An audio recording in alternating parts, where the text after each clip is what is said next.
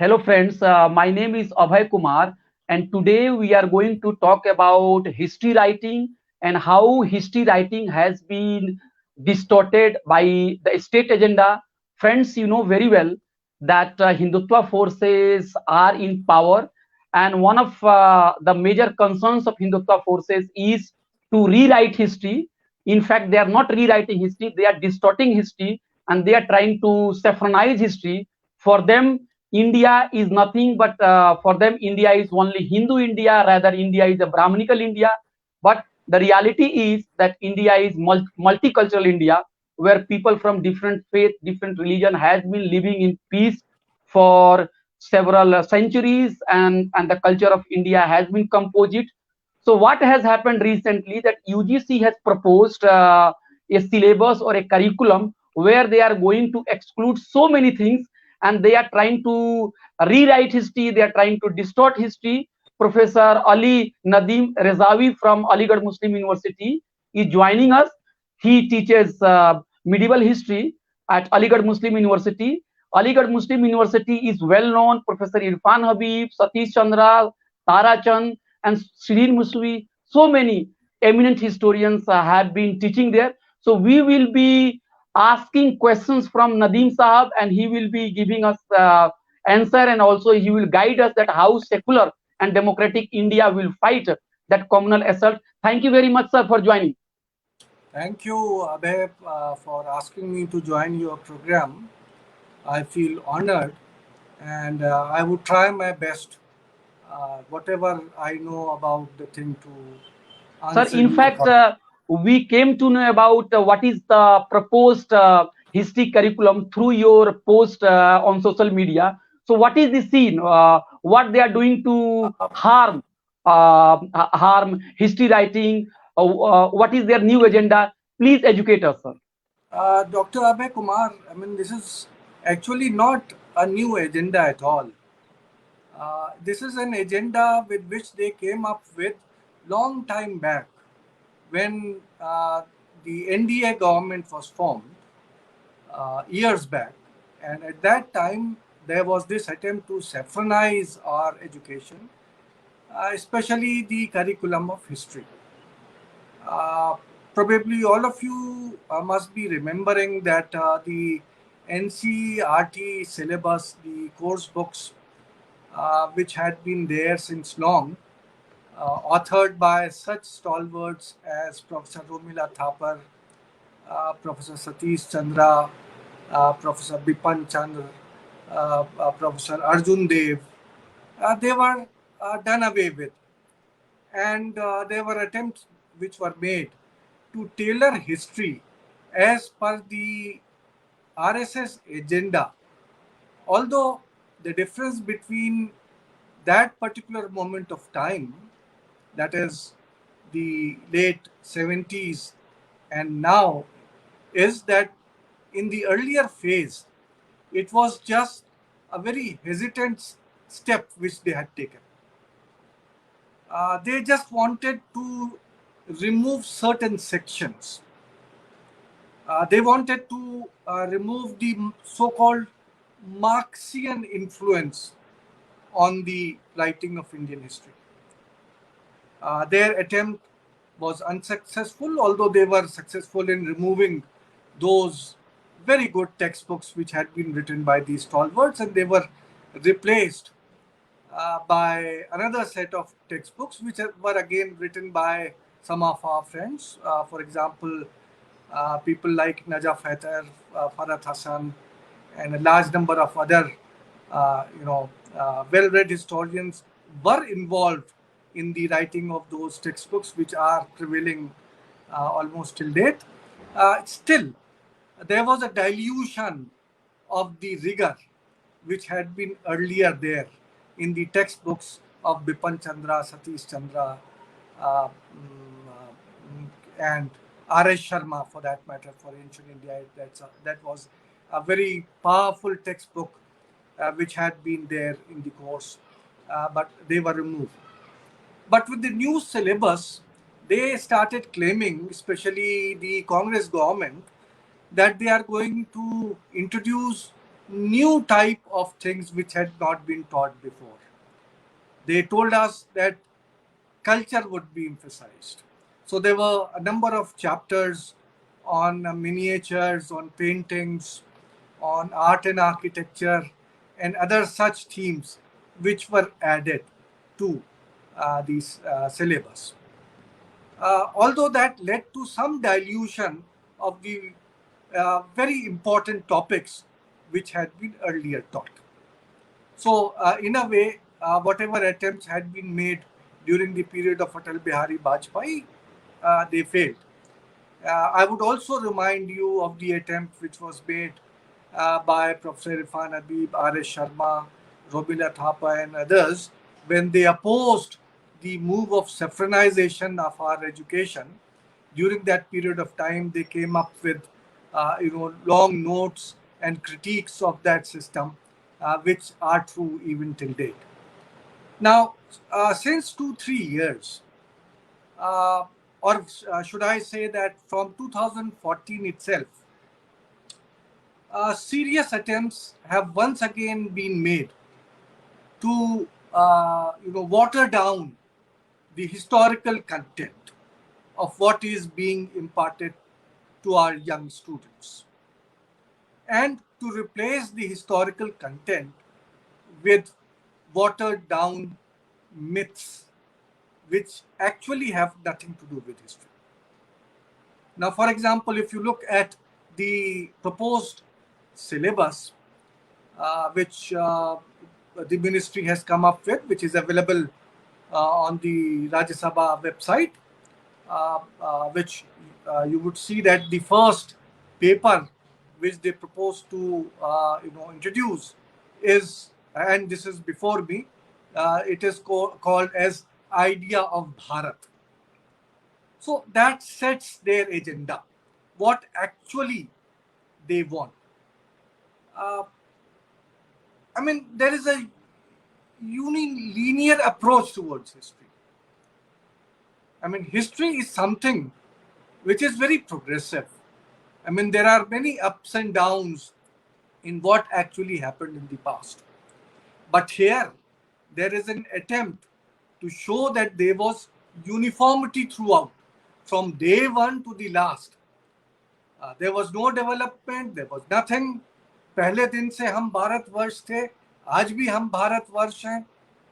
And everything was hunky-dory from the period since the Vedic Aryans entered into India. So there is very little emphasis on the Harappans, which is now, understandably for them, it is now being called as the Saraswati civilization.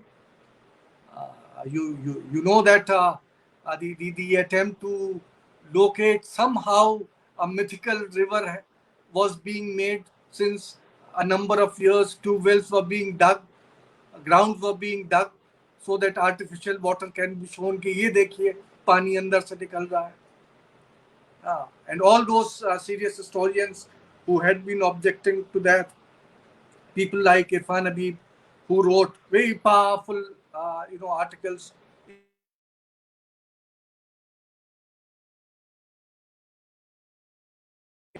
I remember that in the Trivandrum session of the Indian History Congress, Irfan Habib wrote a paper on this very aspect.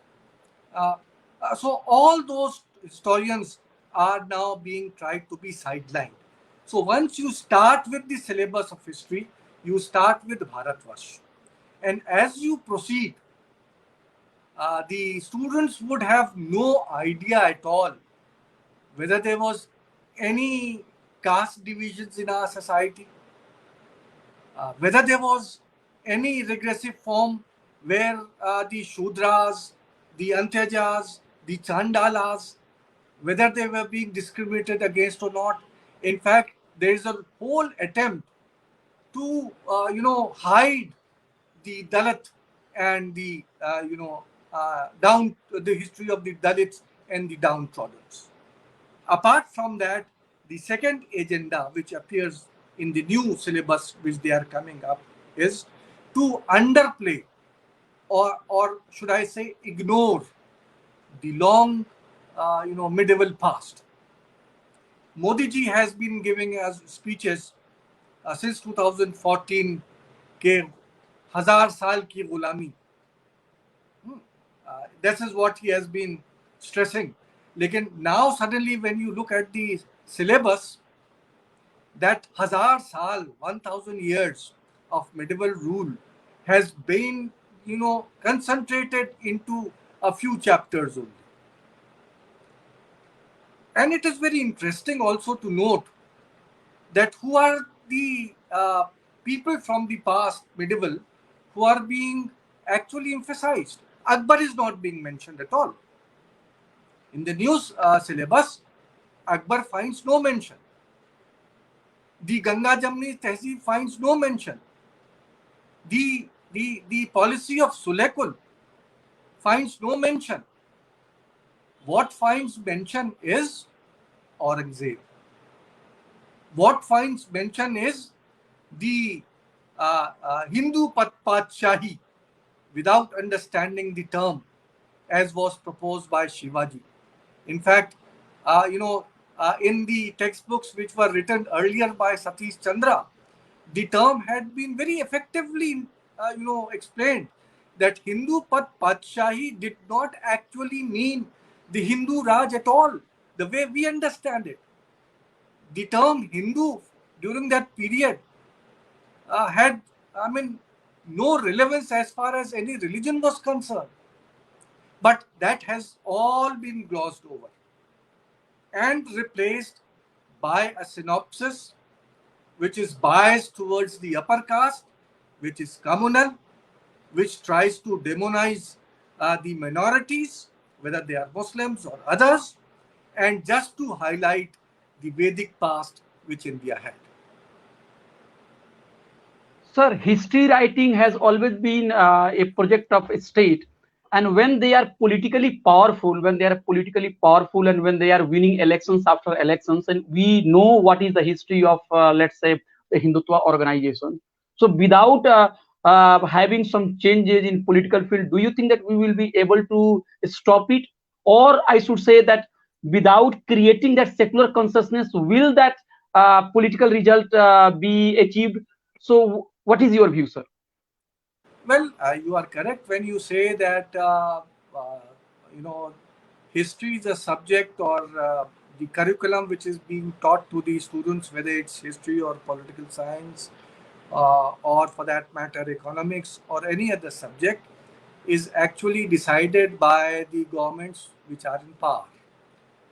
The state has always been directing what to write, and that is why today we have a colonial history, which once again is being tried to be repeated by the new syllabus which is being introduced.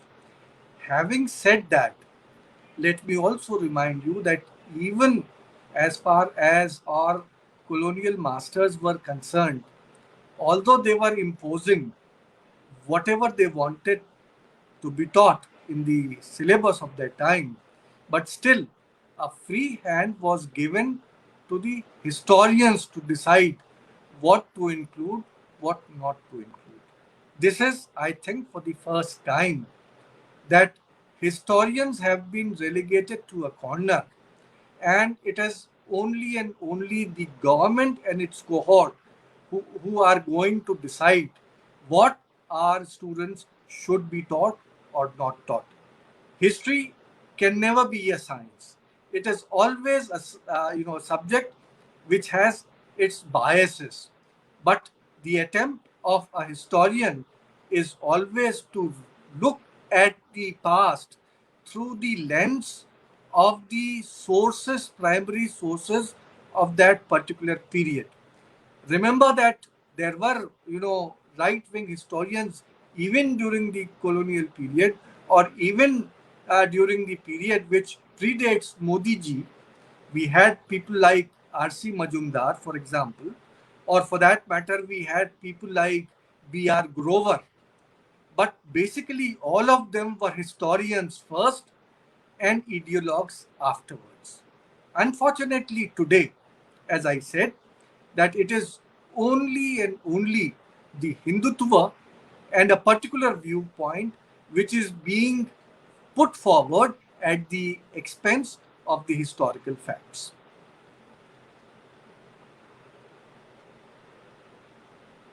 Sir, after independence, we had a long period where Indian history writing was done by secular historians. They were very eminent. Despite the fact, when we go to society, we find that a large number of people are being informed by communal consciousness. Is it the failure of secular historian?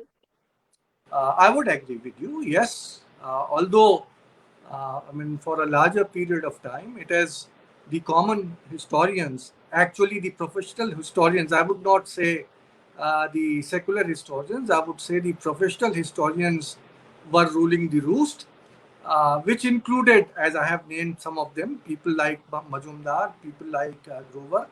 They were also a part and parcel of that group.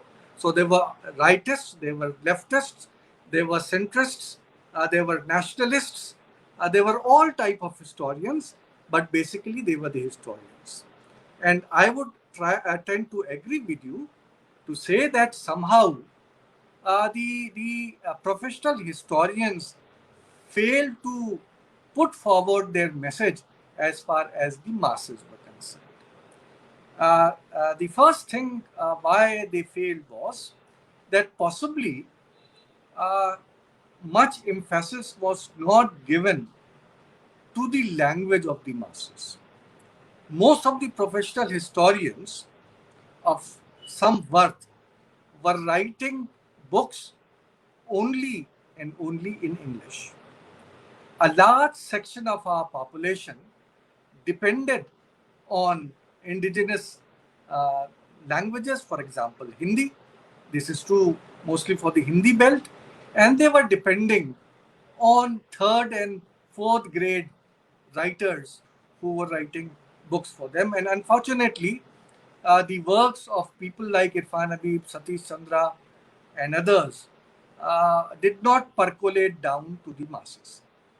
One another reason for the failure to reach the masses was the fact that some of the major historians did not pay sufficient attention to the writing of textbooks. Uh, Heavy tomes were written, grand theories were circulated, primary sources were actually used to write those books, but somehow to make all that stuff easy and available to the masses through the writing of textbooks was somehow missed. Yes, there were textbooks written by Satish Chandra, Bipan Chandra, and others, which were being circulated by the NCRT, but I think much more was needed, which actually did not happen. So there was some failure for professional historians uh, like us and we failed to reach the masses. And today it is very necessary. Everything is not lost. I don't think that we can't hit back. We can come back. We can, if only we can reconnect with the masses and try to put forward the primary sources based history as which is known as the scientific history for the country. Sir, Hindutva organization run school all across India, and some historians from Jawaharlal Nehru University (CHS) they have also done some study. Professor Aditya Mukherjee and others, and they have shown that how textbook taught at those schools run by Hindutva organizations, they are not only distorting facts, but they are training young minds against minorities, against secular forces. So why the previous government or historians who were powerful or who were at the center of writing books earlier, they did not try to correct those wrongs being made at that school? Because every year a large number of new crops, new minds are being trained, and their minds are filled with hatred. So how to counter that threat also?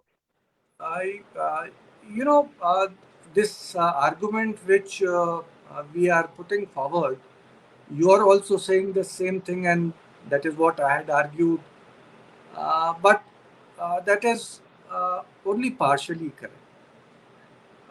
Yes, there are many schools which are being run by RSS, which are propagating their propaganda, and somehow we fail to take up Khatgels, and we fail to face their onslaught at some level or the other.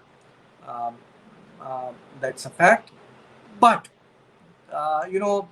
if you look at the works of the secular scientific historians, that has been voluminous, and it is proving to be a challenge for the present government. It is not that easy for them to do away with scientific history. Uh, uh, I would not agree that the historians did not do enough to counter the propaganda. They did. My argument is that much more is needed to be done.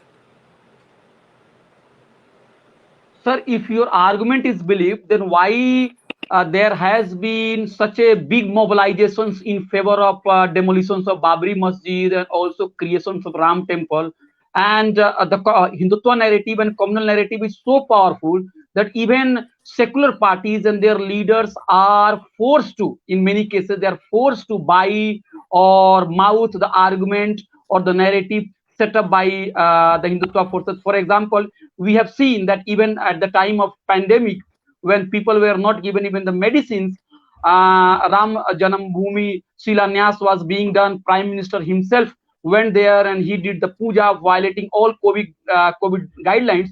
But more unfortunately, even the secular parties, they also competed with one another to show that they are great, what should I say, well-wisher of the construction of the Ram temple. So now the situation has become so difficult today that if you speak in favor of secular history, yeah, if you speak in defense of secular history, as did R.S. Sharma and Irfan Nawawi in the past, today you feel marginalized. So is it not that the ground is shrinking for the secular historian? Definitely, the ground is shrinking. There is no doubt. But don't forget that as far as movements like Ram Janam Bhoomi is concerned, or for that matter, any of the present day CAA or whatever took place during that period, uh, the various official governmental agencies, uh, the services of courts and others were taken to throttle down the public opinion. I would not believe that most of the masses of our country uh, believed in the propaganda which was being done by the BJP government for things like the Ram Janam Bhoomi. There were enough voices which still are being raised against the high-handedness of what the government is doing. Yes, there has been a shrinking of space. Yes, there are many among professional historians who are not doing enough. Yes, there are quite a few historians who have preferred to remain silent. But what I feel is that we still can fight and come back if we decide that all is not lost. Let us fight this battle together. The political parties have always, been in favor of who are going to give them the votes. Let the intellectuals come together and fight that spirit. I think we will be able to surmount that. Sir, nationalist, Marxist, progressive, scientific historiography has been critiqued by Hindutva forces, and I know that that criticism is not very strong. They are very shallow, and they speak from communal point of view. This is they want to impose communal narrative, Actually, and we have. they have no argument at all.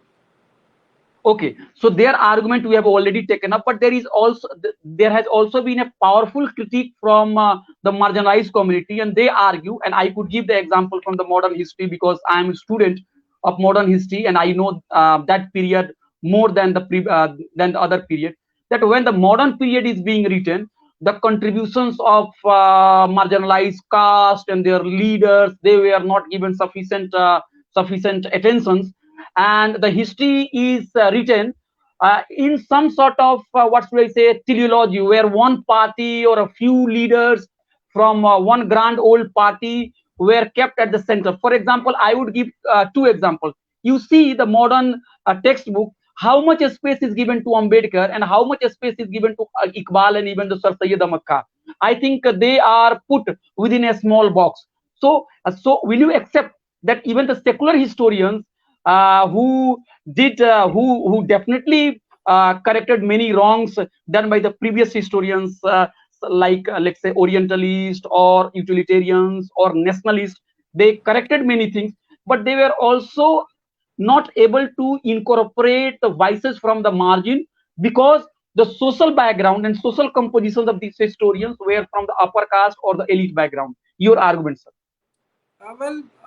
Naturally, I mean, as far as the higher castes are concerned, they always had an upper hand, even in the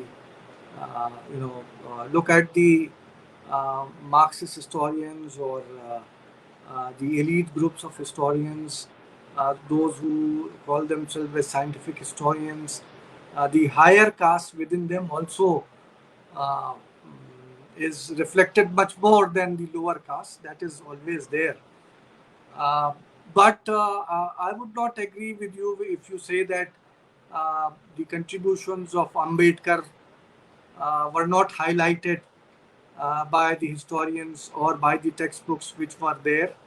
The role of B.R. Ambedkar was Sir, introduced I to the could give the students. example. You can go, sir. I beg your pardon. You can go and check the book of the modern history. You will find that a small box, their space equivalent to a small box is given to Dr. Ambedkar. So this is also very frustrating for the lower caste. And even Yes, Sir yes. Syed Ahmad I mean Khan, that Sir is Syed what I. Ahmad Khan, the very first line, if you read Uh, a few lines, he is reduced within few lines, and somehow the term like that he was originator of the separatism and something like that, that is being propagated by, let's say, the communal historian. They were also taken up by, because they did not realize that the discussion on identity is not always reactionary.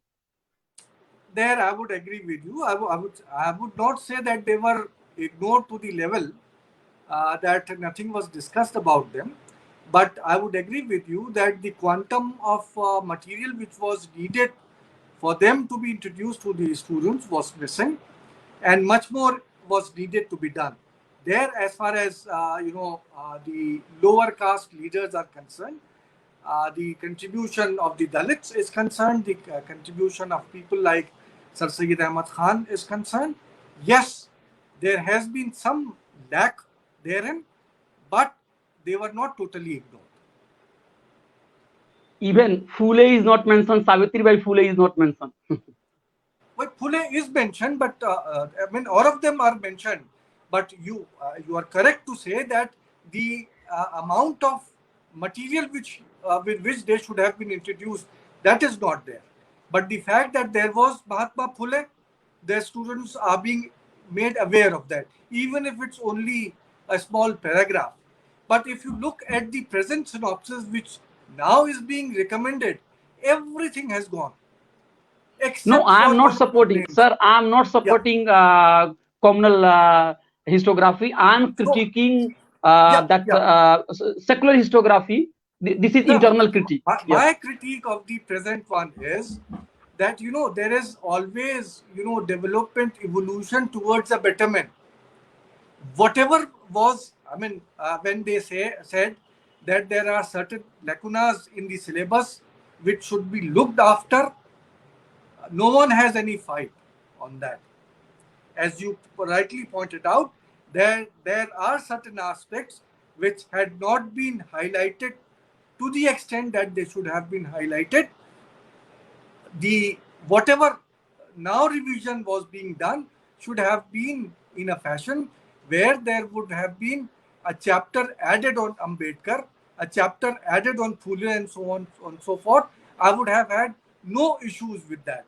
My issue with the new synopsis is that whatever little or whatever biased way these lesser known individuals who had much to contribute to the development of Indian history were concerned, even whatever little was there in the earlier synopsis is now being removed. Yeah. And in fact, As- if the students who will be educated as per this modern syllabus are concerned, after 10 years, they would then be asking who was Ambedkar, who was Mahatma Phule. The okay. students who were being taught by the old synopsis or syllabus, which is now being replaced, none of us can claim that we know nothing about Ambedkar or about Mahatma Phule or any of them. Okay, so last question, sir.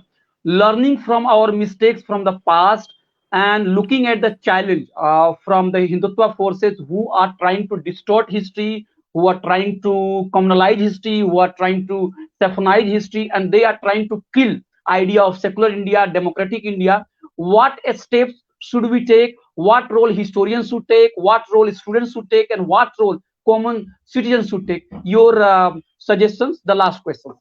Uh, well, I believe that there should be revision of the syllabus of history from time to time. History is one of the subjects where new information is added every year, possibly, if not over a couple of years. New researches go to show us new directions. So there is always, need for revising our synopsis regularly. I feel that every 5 years, the syllabus of history should be reviewed once again. But that review should be in the light of the new researches which have been done worldwide. It should not be restricted to only one viewpoint. And secondly, unlike the attempt which is being made today, the researches of the last 70 years should not be erased. What they are doing is that after Macaulay and after James Mill, whatever was added to history, they are making our students forget that. And they are taking us back to the colonial historiography. And whatever research has been done, one may agree with the new researchers, one may not. There are a number of schools of viewpoint as far as history is concerned. They should be introduced. There should be an argument within them, and students should be exposed to the new ideas. They may be to our liking, they may not be to our liking. Friends, we have been doing discussion on history writing and how attempts are being made to communalize, to saffronize it. And history is very important discipline. And a state has always been jealous of what is written and what is written about them. And that is why they have always tried to promote, distort, encourage, discourage. So our scientific historians, progressive historians have got big responsibility to speak on behalf of the marginalized community. Professor Nadeem Rezvi from Aligarh Muslim University has been talking, and he has rightly pointed out that the Hindutva regime at the center is trying to communalize, trying to distort the past of the history, and they are once again trying to project India to be Hindu India. That has never been the case. So we must fight it, and we must revive, and we must defend our secular tradition. Thank you very much for joining and talking with us, sir. Thank you. Thank you for Thank you. inviting me once again. Thank you. Thank you, sir.